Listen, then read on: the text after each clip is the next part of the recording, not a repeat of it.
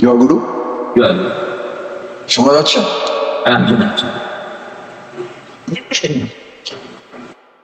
মৎস্য কুর্ম কৌল নিঃসিংহ বাম্ন শরীরম রামকৃষ্ণ বুদ্ধ যিশু মোহাম্মদ রূপায়িতম চৈতন্য রামকৃষ্ণানুকূলং পূর্বতনী পুরাণম শাশ্বতং বর্তমানম ব্রহ্ম মার্গ প্রদর্শকম প্রেম ভক্তি বিনায়কম শান্তি স্বস্তি বিধায়কম আচার্যম প্রবরম নৌমি।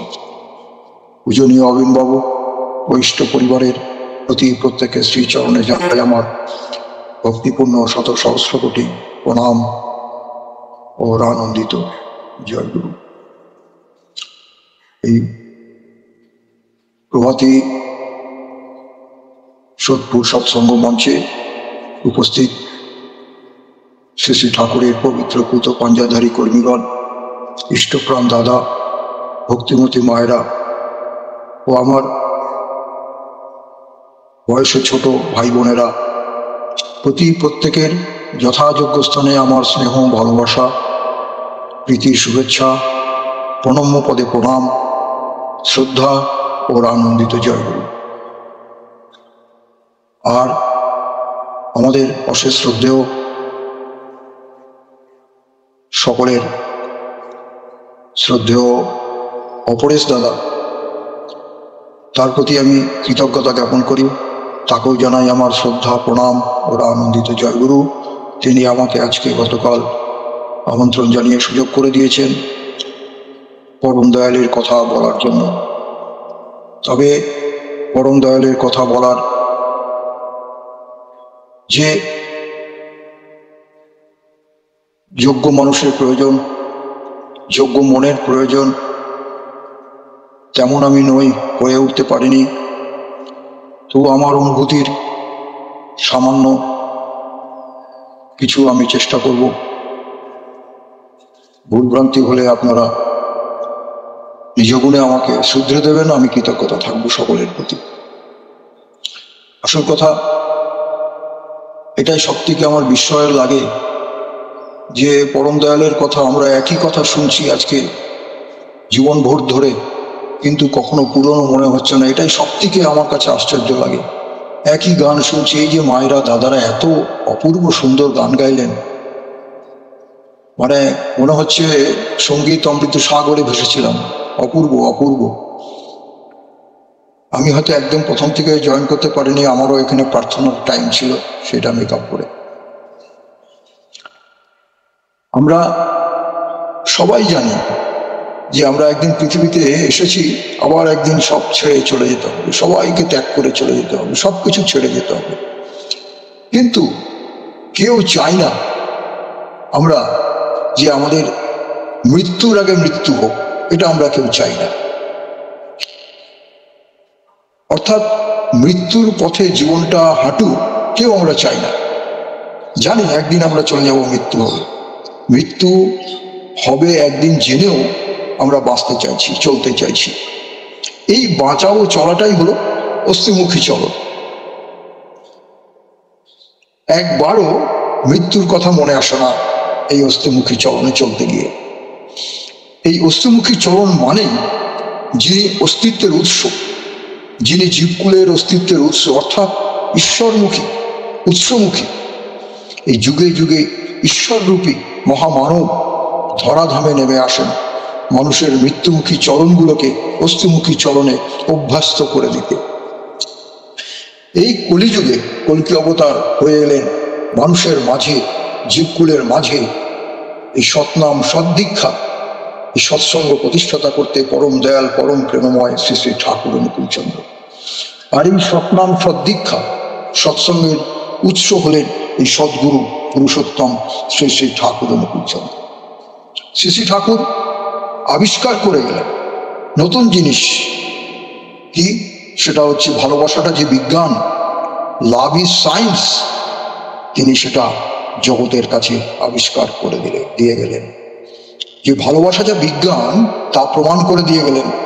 শুধু পরম প্রিয়কে ভালোবেসেই মানুষের পশুত্ব ভাব ধ্বংস হয়ে দেবত্বে পৌঁছে দেয়। সায়েন্স, বিজ্ঞানের মানেই তো হচ্ছে একটা বেস চেঞ্জ, একটা স্তর থেকে অন্য স্তরে যাওয়া, এটাই তো বিজ্ঞান। তো শ্রী শ্রী ঠাকুর সেই ভালোবাসা যে বিজ্ঞান, সেটা সারা জগতে প্রমাণ করে দিয়ে গেলেন। যে ভালোবেসে, ইষ্টকে ভালোবেসে, পরমপ্রিয়কে ভালোবেসে মানুষের জীবন সংশোধিত হয়, অর্থাৎ একটা স্তর থেকে অন্য স্তরে চলে গেল, মানুষের জীবনের যে পরিবর্তন আসে, এই যে একটা স্তর থেকে অন্য স্তরে চলে যাওয়া, এটাই তো বিজ্ঞান। বিজ্ঞানের বেস তো এটাই। আমরা খালি ভাবি যে বোধহয় বিজ্ঞানের ল্যাবরেটরি, ওই গবেষণার ঘরের মধ্যেই বোধহয় বিজ্ঞান। শ্রী শ্রী ঠাকুর এইখানেই তার আলাদা বিশেষত্ব, যে ভালোবাসা মানুষের যে বিজ্ঞান হতে পারে, সেটা আমরা ঠাকুরকে ধরেই বুঝতে পারলাম। আমরা তো দেখেছি যে দস্যু রত্নাকরকেও দেখেছি, তিনি যেভাবে তার ধ্বংসাত্মমূলক কাজে লিপ্ত ছিলেন, সেইখান থেকে শুধু রাম নামের উচ্চারণে একটা মানুষের শুধু পরিবর্তন নয়, তিনি বাল্মীকি মহাময়ী ঋষি হয়ে গেলেন। এই যে চেঞ্জ, এটাই তো বিজ্ঞান। আমরা তো জানি love is life, love is blind, love is game, love is god, আমরা জানি। তো শ্রী শ্রী ঠাকুরের জগতে এসে আমরা কিন্তু এটা উপলব্ধি করলাম সারা জগৎ। ঠাকুর বললেন, ভালো করলে ভালোই পাবে, তেমন তরই আশা রেখো। আশায় যদি বিফল হও, ভালো করার পথেই থেকো। তাই শ্রী শ্রী ঠাকুর এক জায়গায় বললেন, love is expansion, love is expansion of life. ভালোবাসায় জীবনের প্রসারণ ঘটায়, ভালোবাসায় জীবনের উত্থান আনে। আর যে ভালোবাসা মানুষের জীবনকে সংশোধন করে, সারা জগৎ জানে যে অপরাধ অন্যায় করলে সংশোধন করার জন্য তাকে পাঠানো হয় জেলে, যার এখন নাম হয়েছে সংশোধনাগার, পরে এটা নাম চেঞ্জ হয়েছে। অর্থাৎ সত্যি কি মানুষ জেলে ভর্তি থাকলে সংশোধন হয়? কোনো মানুষ অপরাধ করে গেল, 14 বছর জেল খাটলো, জেলের মধ্যে সারা জগৎ থেকে আলাদা থেকে একটা পরিশ্রম করে তার কি চেঞ্জ হলো? সত্যি সত্যি তার 14টা বছর নষ্ট হলো, 14টা বছর মূল্যবান সময়, সেই সময়টা নষ্ট হলো, সেটা কি আমরা কেউ ফেরত দিতে পারবো? কেউ পারবো না। তো শ্রী শ্রী ঠাকুরের দর্শনই হলো এইখানে তার বিশেষত্ব। বহু মানুষ পরম পুরুষকে ভালোবেসে জীবনকে পরিবর্তন করেছে। ভালোবাসার টানেই আমাদের সংসার পরিবার কিন্তু চলছে, জগৎ চলছে এই ভালোবাসার আকুতি। কোথাও না কোথাও কারো এক জায়গায় বাঁধা থাকে। তাই শ্রী শ্রী ঠাকুর বলছেন যে ভালোবাসার আকুতি যদি কোনো উচ্চে বাঁধা থাকে, তবেই ভালোবাসার প্রসারণ ঘটে। তাহলে কিন্তু ভালোবাসার প্রসারণ ঘটে না। আমার যদি উচ্চ স্তরে বাঁধা না থাকে কোনো ভালোবাসা, আমার আকুতি যদি কোনো উচ্চে বাঁধা না থাকে, তাহলে কিন্তু আমার ভালোবাসার প্রসারণ ঘটবে না। উচ্চে আকুতি বা টান থাকলে তবেই মানুষ ভালোবাসে কিন্তু এই উচ্চর প্রভাবে। অর্থাৎ ভালোবাসার কিন্তু এখানে বোঝা যাচ্ছে দুই রকমের, একটা হচ্ছে নিম্নগামী, একটা হচ্ছে ঊর্ধ্বগামী। অর্থাৎ এই যে আসক্তি, রাজা অনেকেই জানেন, রাজা ভরত হরিণের প্রতি আসক্ত হয়ে স্নেহ পরবশ হয়ে হরিণ হয়ে জন্মেছিলেন। এই আসক্তির ফলে এরকম হয়। আর ঈশ্বরের প্রতি টান হলে, ঈশ্বরের প্রতি প্রেম হলে তা ঊর্ধ্বে নিয়ে যায়, জীবনকে ঊর্ধ্বগামী করে, ভালোবাসাটা বাড়ে, টান বাড়ে। ঈশ্বরের যা ভালো লাগে, ঈশ্বরের যা পছন্দ, তা যদি চরিত্রে না ফোটাতে পারি, তাহলে কিন্তু আমার সাধনা সফল হলো না। ঈশ্বরকে ভালোবাসলে পাপমোচন, সাপমোচন, গ্রন্থিমোচন, এই সব প্রাপ্তি ঘটে কিন্তু জীবনে। তাকে ভালোবাসলে জীবন পথের পথেও পাওয়া যায়, অর্থাৎ জীবনের খোরাক মেলে। মানুষের জীবনের দ্বন্দ্বটা কোথায়? ইষ্টের প্রতি ভালোবাসার ঘাটতি, সেখানেই দ্বন্দ্ব। না হলে তো ভালোবাসার অভাব নেই। আমরা যে দেখছি বর্তমান জগতে ভালোবাসা, কিন্তু জীবনগুলো মারতে কোথায়? জীবনের সম্পর্কগুলো কোথায় দানা বাঁধছে? পারছে না। তাই ইষ্টের প্রতি ভালোবাসার ঘাটতি যেখানে, সেখানেই কিন্তু দ্বন্দ্ব। মা তার সন্তানকে ভালোবাসে, কোনো খাদ বা ঘাটতি কিন্তু থাকে না। সন্তান কতটা রিটার্ন দিল, মায়ের হৃদয় তার জন্য কিন্তু অপেক্ষা করে না।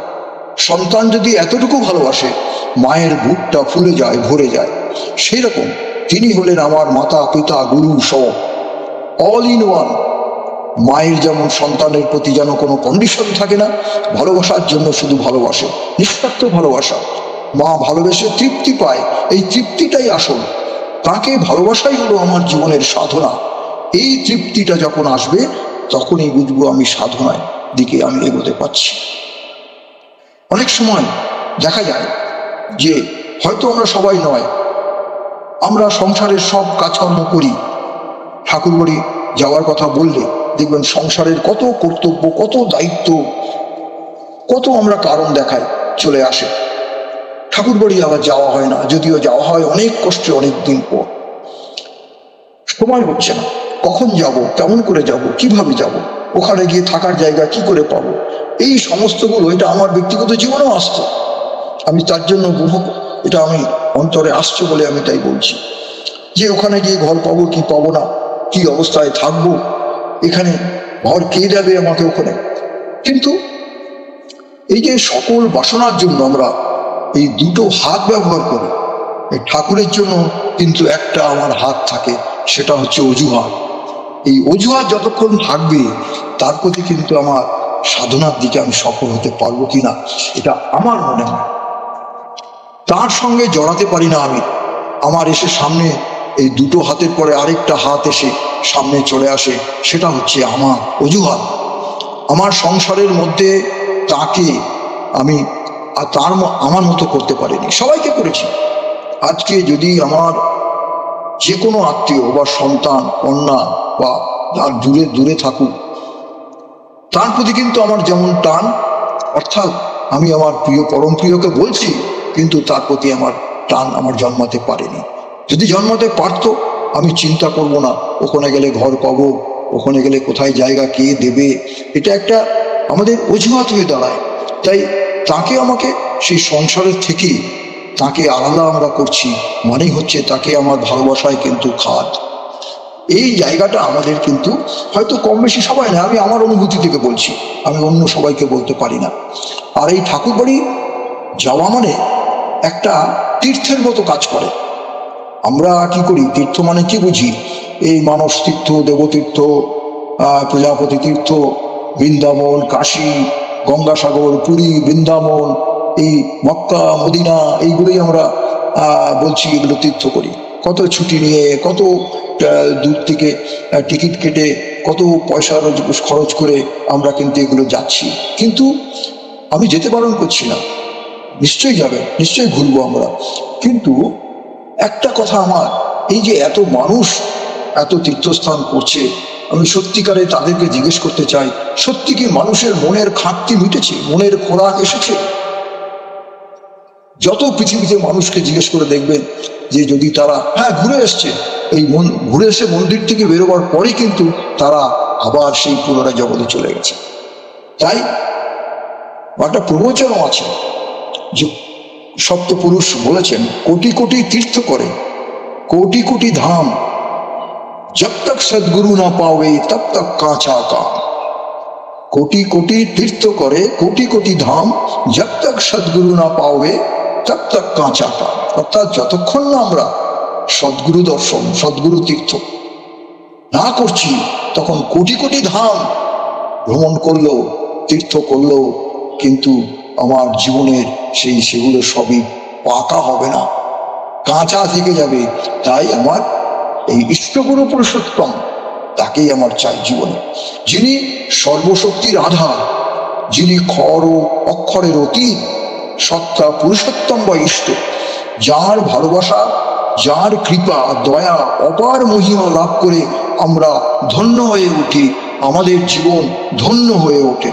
এই সত্য শিব সুন্দরকে দর্শন করলে সব জীবনের সব তীর্থের দর্শন হয়। তাকে পেলে আমাদের জীবনের জটিলতা, কুটিলতা ও আজন্ম সঞ্চিত বিকৃত সংসার যে মুক্তি পাওয়া যায়, ত্রাণ পাওয়া যায়, আমরা কিন্তু সেটা পরম পুরুষকে ধরে আমরা সেটা উপলব্ধি করতে পেরেছি। শ্রী ঠাকুর এক জায়গায় বললেন, বউ ছেলে মেয়ের দায়িত্ব সকলেই নিয়ে চলে, আমাকে কেউ বহন করতে চায় না। তখন সেটা বোঝা মনে করে, খুব সত্যি কথা। আসলে আমাদের এই যে বোঝা হালকা করার জন্যই কিন্তু তাকে গ্রহণ, তার আগমন আমাদের জীবনে, এটাই আমরা ভুলে যাই।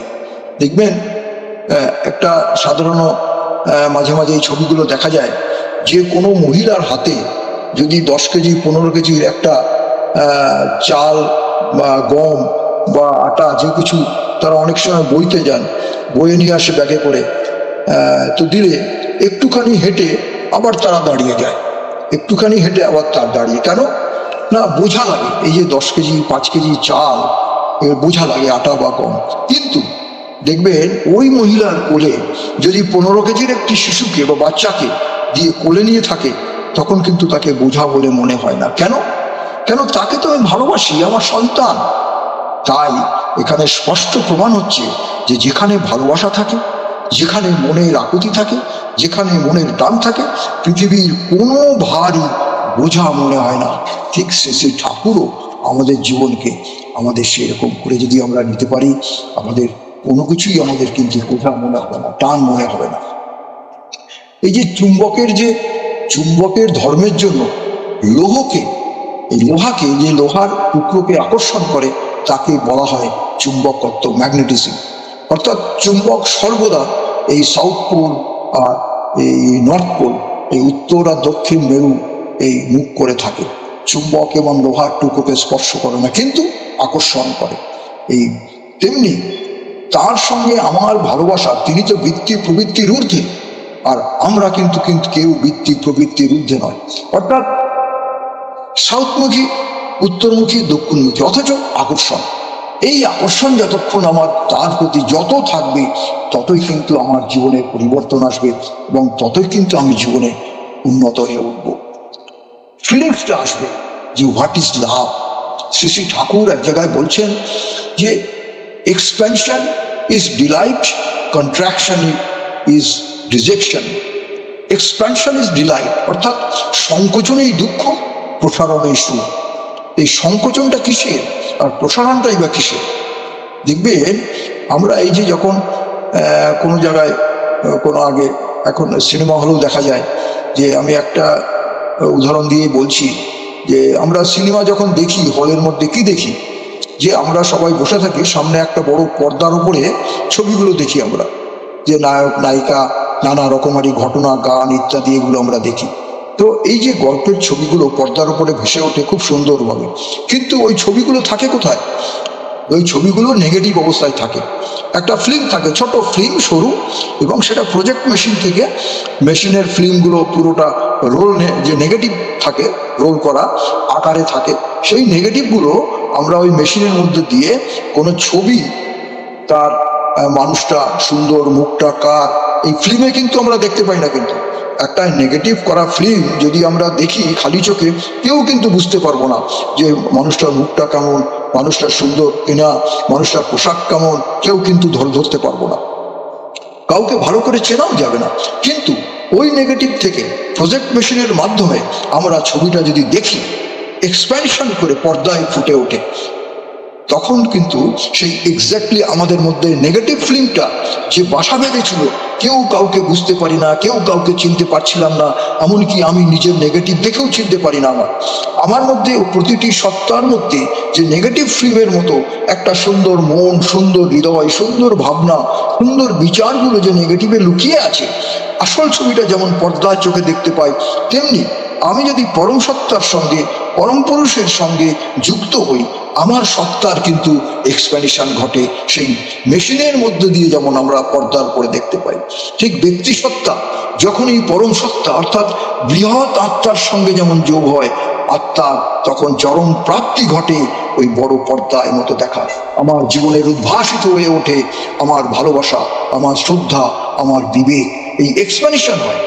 আমার এক্সপ্রেশন হলে আমার অন্তরের ভালোবাসার পরিধি তখন বেড়ে যায়। আমি যদি প্রশ্ন করি নিজেকে যে আমি জীবনে কটা লোককে ভালোবাসতে পেরেছি, কটা মানুষকে আমি নিজের আপন করতে পেরেছি, এটা যদি আমি নিজে ভাবি, একটা যদি লিস্ট তৈরি করতে দেখি, আমি কিন্তু দেখব যে আমি 2টো লোককে হারাচ্ছি, আবার 3টে লোককে পাচ্ছি, 5টা লোককে হারাচ্ছি, আবার 10টা লোককে পাচ্ছি। আমি কি আমার সেই প্রথম জীবন থেকে যতগুলো লোককে প্রথম থেকে ভালোবেসেছিলাম, সেই লিস্ট কিন্তু আমি যদি করতে যাই, তাহলে কিন্তু দেখব আমার এক্সপ্যানশন হয়নি। এক্সপ্যানশন হয় না বলেই তো একজন মানুষ, সন্তান তার নিজের জন্মদাতা মাকেই ভালোবাসতে পারে না। এক্সপ্যানশন হয় না বলেই আজকে বৃদ্ধাশ্রম সৃষ্টি হচ্ছে, এই কন্ট্রাক্টেড হয়ে আছে, এক্সপ্যানশন কিন্তু হতে পারছে না। ঠাকুর বললেন ভালোবাসা রবারের মতো, টানলে পারে বাড়ি, ওই টানটা আসলে বৃহদের মধ্যে দিয়ে হয়, ইষ্টের মধ্যে দিয়ে হয় সেই টানটা। এই বাঁচা, বাড়া, বৃদ্ধি মানেই লাইফের এক্সপ্যানশন। আর এগুলো কে কত লেখাপড়া করেছে, কে কত talented in mathematics, in physics, কে কত বড় নোবেল লরেটো, তা দিয়ে কিন্তু এ বিচার করা যায় না। এটা একটা, এগুলোর একটা সম্পর্কের মধ্যে। বৃষ্টি যখন পড়ে দেখবেন সমুদ্রে, one little droplet come down into the ocean whenever it brings into contact of ocean। অর্থাৎ একটা বৃষ্টির জল যখন সমুদ্রে পড়ে, তখন সমুদ্রে পড়ার আগে সে তখন একটা বৃষ্টির ফোঁটা, আমরা বৃষ্টি বলি। কিন্তু যখন it brings to contact of ocean, যখন সমুদ্রের সম্পর্কে এলো, তখন কি হলো? Immediately a little drop of rain change or transformed a new identification. তার আইডেন্টিফিকেশন হলো মহাসমুদ্র।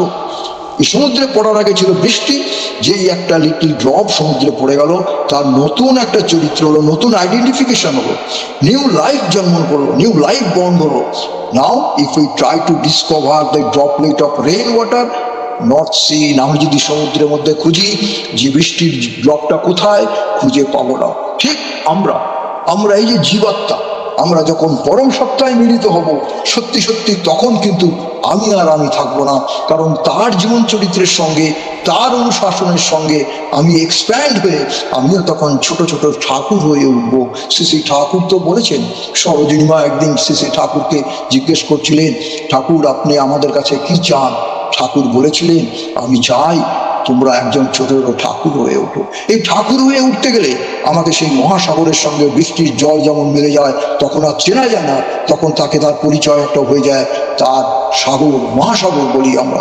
তেমনি তার অনুশাসনে চলে তার জীবন চরিত্রের প্রতিটা পরমাণু অভ্যাস যদি আমি, কিছু বলছেন কেউ? জয়গুরু। বলুন দাদা, বলুন। কেউ বলছে না কিছু? হয়তো কেউ মাইক খোলা আছে। জয় গুরু দাদা, বলুন বলুন। যাই হোক, যেটা বলছিলাম যে হ্যাঁ, কারণ তখন কি হয়, এক্সপ্যান্ড হয়ে গেল, এই একটা নতুন নিউ ফ্যামিলিয়ার এনভায়রনমেন্টে আমি চলে এলাম।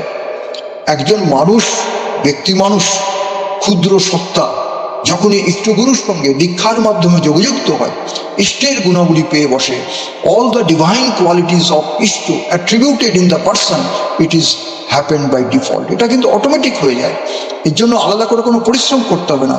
আর এক্সপ্যানশন হলো আর একটা বড় বেনিফিট হয়। আমার মধ্যে যে হতাশা, আমার মধ্যে যে নিরাশ, একাকিত্ব, জ্বালা, যন্ত্রণার উপশম হয়, এইটা কিন্তু তখন এক্সপ্যানশন হয়। একবার এক ভক্ত ভগবান বুদ্ধের কাছে এসে নিবেদন করছে যে, হে প্রভু, আমার জীবনে ভীষণ দুঃখ, জ্বালা, যন্ত্রণা, ব্যথা, আমি আজ কষ্ট সহ্য করতে পারছি না। বুদ্ধদেব বললেন, তুমি একটু লবণ আনতে পারো? তখন ভক্তটি বললেন, হ্যাঁ প্রভু। বুদ্ধদেব এইবার ওই লবণ একটা ছোট কাপে জল দিয়ে মেশাতে বললেন। মেশানোর পরে বললেন, এবার তুমি ওটা পান করো। ভক্তটি পান করলেন।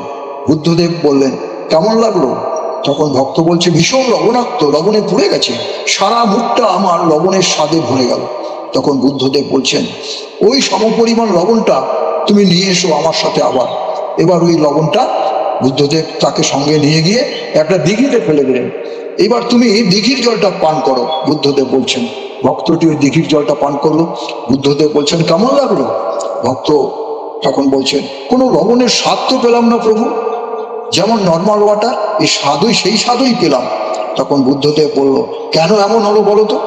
ভক্ত, কেননা দিঘিটা তো অনেক বড় এরিয়া, মস্ত বড় দিঘি, ওই লবণটা সামান্য, তাই তার ডায়ামিটার যার বেশি, তার ওই একটু লবণের স্বাদ কেমন করে পাবো? বুদ্ধদেব বললেন, ঠিক তেমন মানুষ যখন মহত্বের সঙ্গে যোগযুক্ত হয়, মহানের সঙ্গে যোগযুক্ত হয়, তার জীবনের দুঃখ, জ্বালা, যন্ত্রণা কিন্তু টের পাওয়া যায় না, কেননা তিনি হরণ করে নেন। তাই তো আমরা বলি যে তাকে হরি বলি। শ্রী ঠাকুরের একটি ঘটনা বলছি, আপনারা ডক্টর রেবতীমোহন বিশ্বাসের নাম হয়তো অনেকে শুনেছেন, জানেন। সৎসঙ্গ জগতে যিনি প্রথম জীবনের ঠাকুরের জীবন চরিত নিয়ে তিনি থিসিস লিখেছিলেন আমার সম্পর্কে পরম। আমরা একই জায়গায় মানুষ হয়েছি, একই জায়গায় ঠাকুরের নির্দেশে আমিও ছিলাম। তো যাই হোক, তার একটা ঘটনা তুলে ধরতে চাচ্ছি। বহু ঘটনা আছে। তো শ্রী শ্রী ঠাকুরের দর্শন ব্যতীত বহু ধর্ম আছে। তো যে যার ধর্মকে আমরা অনুসরণ করি, আমরা তারা মনে করে আমার ধর্মই বোধহয় শ্রেষ্ঠ। এখন প্রশ্ন উঠতেই পারে যে কোন ধর্ম অনুসরণ করলে আমার বাঁচা বাড়ার সুগম সার্থক হয়। শ্রী শ্রী ঠাকুর অনুকূলচন্দ্রের দর্শনে ধর্মের বহুত্বের কোনো কিন্তু স্থান নেই। ধর্ম কখনো বহু হয় না, এটা তার কাছ থেকে আমরা জেনেছি। ধর্ম এক, আর তার কোনো প্রকার নেই, রকমফের নেই। এটা তো আমরা তার কাছে জেনে ফেলেছি সত্যানুসরণ। কিন্তু জগতে আমরা কি দেখি? বাস্তব জগতে একাধিক ধর্মের আমরা অবস্থান দেখা যায়।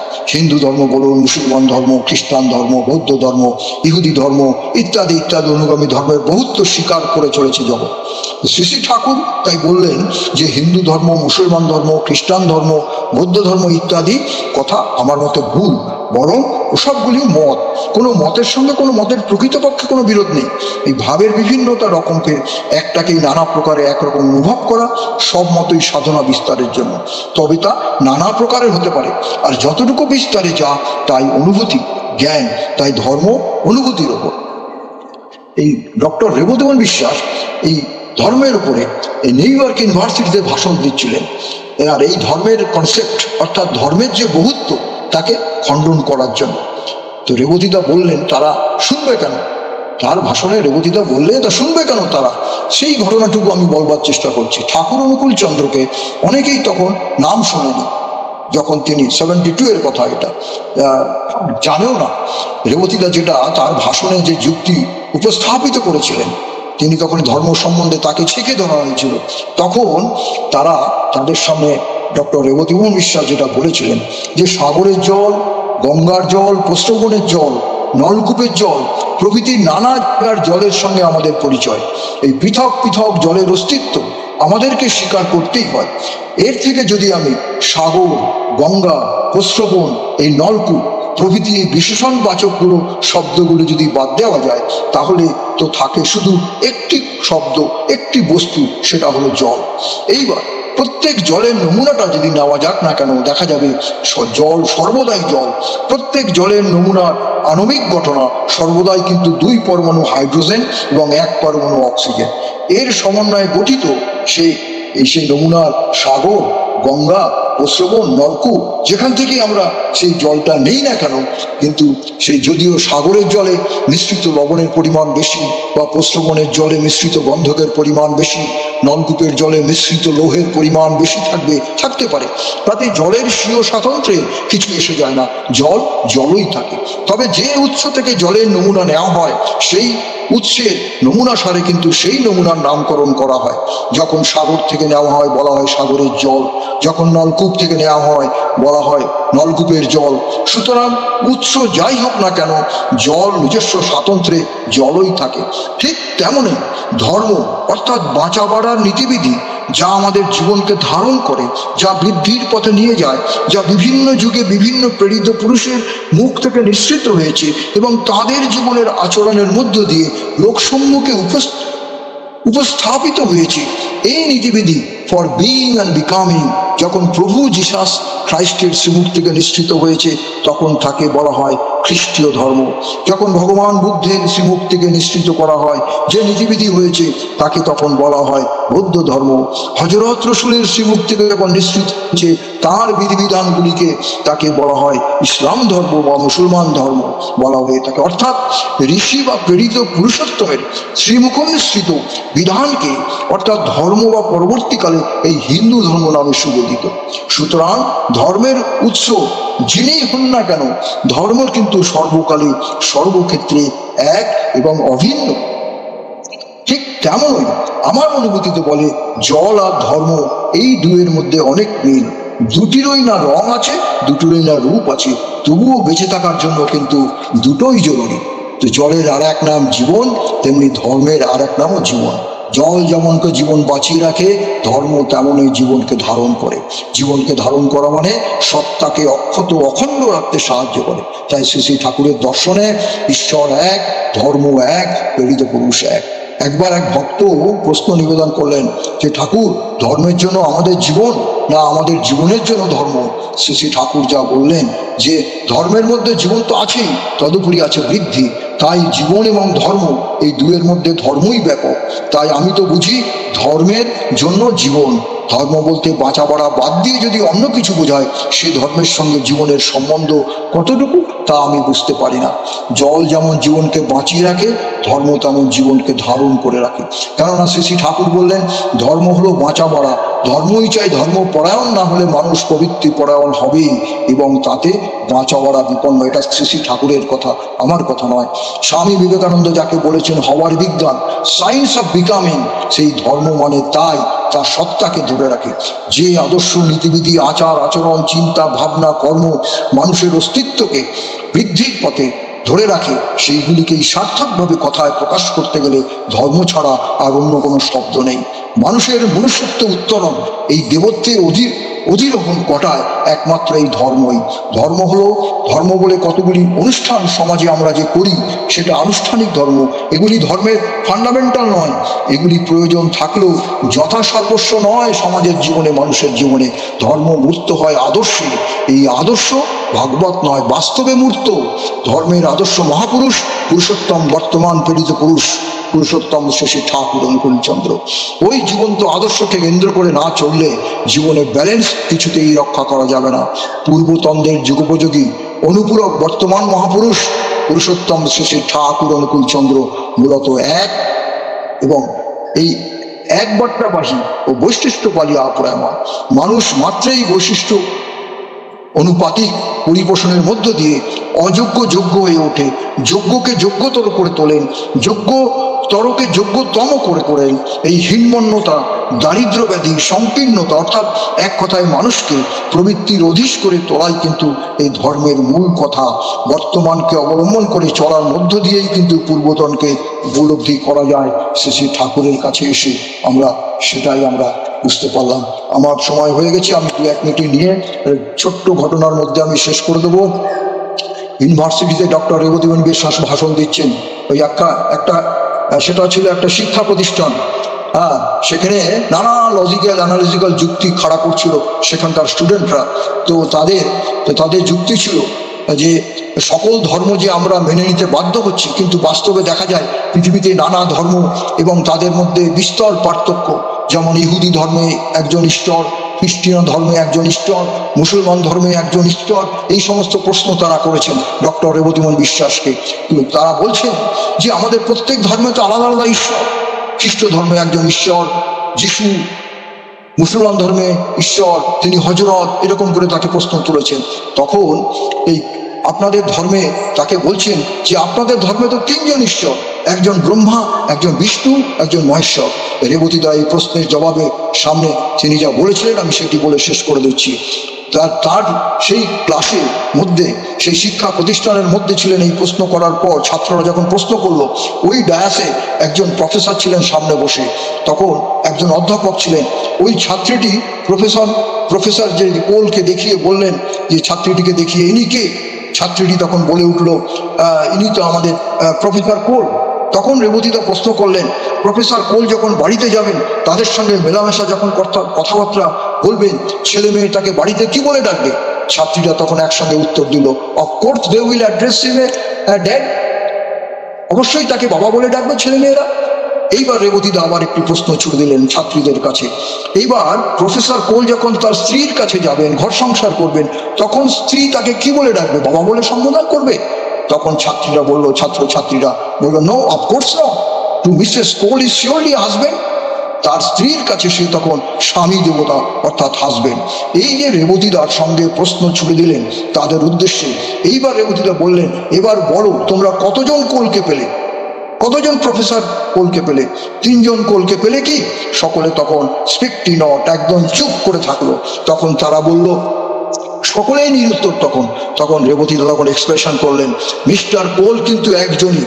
তিনি যখন অধ্যাপক করেন তখন তাকে সম্বোধন করা হয় স্যার বলে, প্রফেসর বলে। যখন তিনি তার ছেলে মেয়েদের সঙ্গে মেলামেশা করছেন তখন তাকে বাবা বলে ডাকছে। এই মিসেস কোল যখন তার স্বামী বলে যায়, সম্বোধন করে, যখন তার মিসেসের কাছে যায়, তবুও তিনি কিন্তু মিস্টার কোল একই ব্যক্তি, 1%।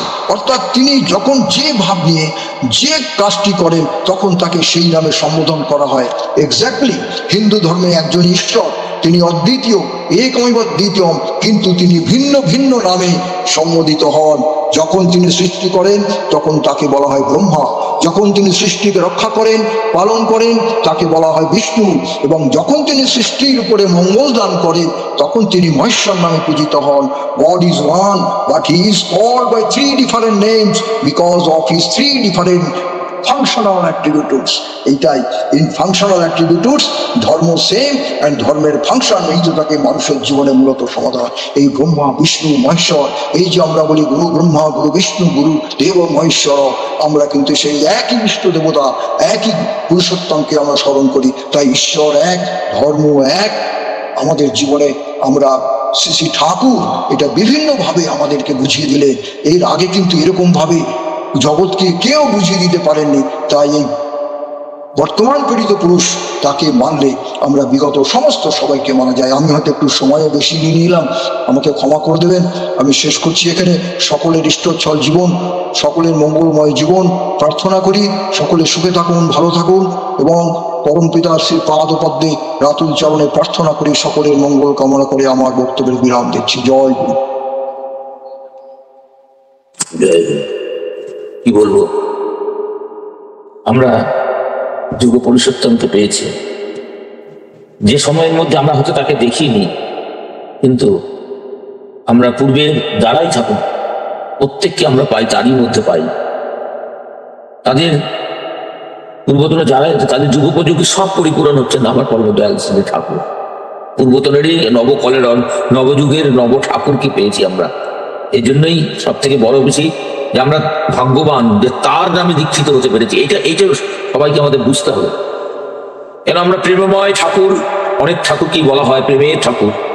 এই ভালোবাসাটা চিরন্তন। সদ্য দাদা ভালোবাসা দিয়েই আজকে শুরু করলেন, এবং সত্যি তো ভালোবাসা বিজ্ঞান, অবশ্যই বিজ্ঞান। এটা সময়ের সঙ্গে সঙ্গে যত সময় যায় এই ভালোবাসা কি বাড়ে না কমে, এটা বৃদ্ধি পেতেই থাকে। ভালোবাসার প্রথম জিনিসটাই হচ্ছে ভগবান বলছেন আমি তোমাদের কাছ থেকে একটাই মূল্য চাই, সেটা হচ্ছে লালসা। এই লোভ মূল্য যদি তোমার থাকে, তোমার পকেটে যদি লোভ, তোমার হৃদয়ে যদি লোভ মূল্য থাকে, তুমি আমাকে তোমার আকর্ষণীয় তুমি আকর্ষণীয় শক্তি তোমার মধ্যে আছে, তুমি আমাকে টেনে নিতে পারবে। আর তিনি তো আকর্ষণ। আমাদের এই যে শুধু বিজ্ঞান নিয়ে কথা, বিজ্ঞান ভিত্তিক বলছিলেন আলোচনাটা, অসাধারণ। যদি আপনারা গুগলে সার্চ করে দেখবেন, যে একটা জিনিস সার্চ করবেন, প্রত্যেকে যারা গুগল ঘাটেন তারা গুগলে ঘাটবেন যে ভালোবাসা কি বিজ্ঞান। এখানে বিভিন্ন বিদেশের ইউনিভার্সিটির মানে কি বলবো গবেষণামূলক আলোচনা আপনারা সেখানে পাবেন। সেখান থেকে এত অনুভূতি, এবং সত্যতার সাথে যে অনুভূতির কথা বললেন, সত্যি তো অনুভূতি তো সব, এবং অনুভূতিটা কেমন, অনুভূতির তারতম্য হয় বৈশিষ্ট্য অনুযায়ী, আমাদের প্রত্যেকের বৈশিষ্ট্য অনুযায়ী অনুভূতির তারতম্য হয়। কারণ আমরা তো সবাই সত্তাধারী। সেই সত্তা কি চায়? সত্তা কি চায়? যে সত্তা থাকতে চায়। এই সেদিন আমার ভাষা সুন্দর দাদা আলোচনা করলেন যে থাকা নিয়ে, অস্তিত্ব নিয়ে আলোচনা করলেন। তাহলে এই যে সত্তা থাকতে চায় কি নিয়ে? চেতনা নিয়ে। এবং কোথায় চেতনা নিয়ে? কিভাবে থাকে না, আমরা ক্রমশ ক্রমবর্ধমান বৃদ্ধির পথে এগিয়ে চলেছি। এমন কথা শুনলে, এমন আলোচনার মধ্যে যদি হৃদয় দিয়ে আমরা যদি সেগুলোকে যদি গ্রহণ করতে পারি, তাহলে আমরা বৃদ্ধি পাবো না, কি আমাদের কি হ্রাসমান হবে? আর পাবে না। আজকে শ্রদ্ধেয় দাদা আপনারা আপনাদের অনুভূতির কথা বলবেন পরবর্তীতে। আমরা প্রত্যেকে শ্রদ্ধেয় শুধু দাদা স্বস্তি দিলেনই না, তিনি প্রসন্ন বিধান করলেন, আনন্দ বিধান করলেন। তার নামের মধ্যেই আছে স্বস্তি, প্রসন্ন, অসাধারণ। তার যেমন নাম তেমনি তার ভাষা, তিনি বলা, তার হওয়া, সবকিছু। শ্রদ্ধেয় ষষ্ঠী প্রসন্ন দাদা তিনি সুস্থ থাকুন, নিরোগ থাকুন। এইভাবে আমাদের মাঝে আরো দিন থেকে শ্রী ঠাকুরের অমৃত কথা এবং তার অনুভূতির মধ্য দিয়ে যে কথা, অ্যাকচুয়ালি কথা আরো বেশি প্রাণবন্ত হয়, কথা আরো বৈজ্ঞানিক ভিত্তি হয়, বিজ্ঞান ভিত্তিক হয়, যদি সেটাকে অনুভূতির একদম চরম সীমায় যদি কেউ আমরা পৌঁছতে পারি। সূক্ষ্ম থেকে সূক্ষ্মতর, স্থূল থেকে সূক্ষ্মতর, সূক্ষ্ম আর কারণমুখী যদি হওয়া যায়, তার যদি কারণমুখী বিশ্লেষণ হয়, এমনতর বিশ্লেষণ হয় যে বিশ্লেষণ একবার শুনলে ভালো লাগবে না, দুবার শুনলেও আর একটু ভালো লাগবে, তৃতীয়বার শুনবেন। এটাই হচ্ছে অমৃত, যে অমৃত আমাদের তৃষ্ণাকে আরো বাড়িয়ে দেবে। এইখানে এই অমৃত পানে কিন্তু অনেক সময় অমৃত সুধা পান হলেই একমাত্র তৃষ্ণা নিবারণ হয়, আর তাছাড়া কোনো তৃষ্ণা নিবারিত হয় না। এই অমৃত পানেই তৃষ্ণা নিবারিত হয়। এই অমৃত দিয়ে আমরা পশু দেবত্ব লাভ করতে পারি আমরা প্রত্যেকে। সেই অমৃত সুধা এতক্ষণ ধরে আমরা পান করলাম, যিনি পান করালেন, আর তার আবারও মঙ্গল প্রার্থনা করি, সপরিবার সপরিবেশ। দাদা খুব ভালো থাকবেন। জয় গুরু।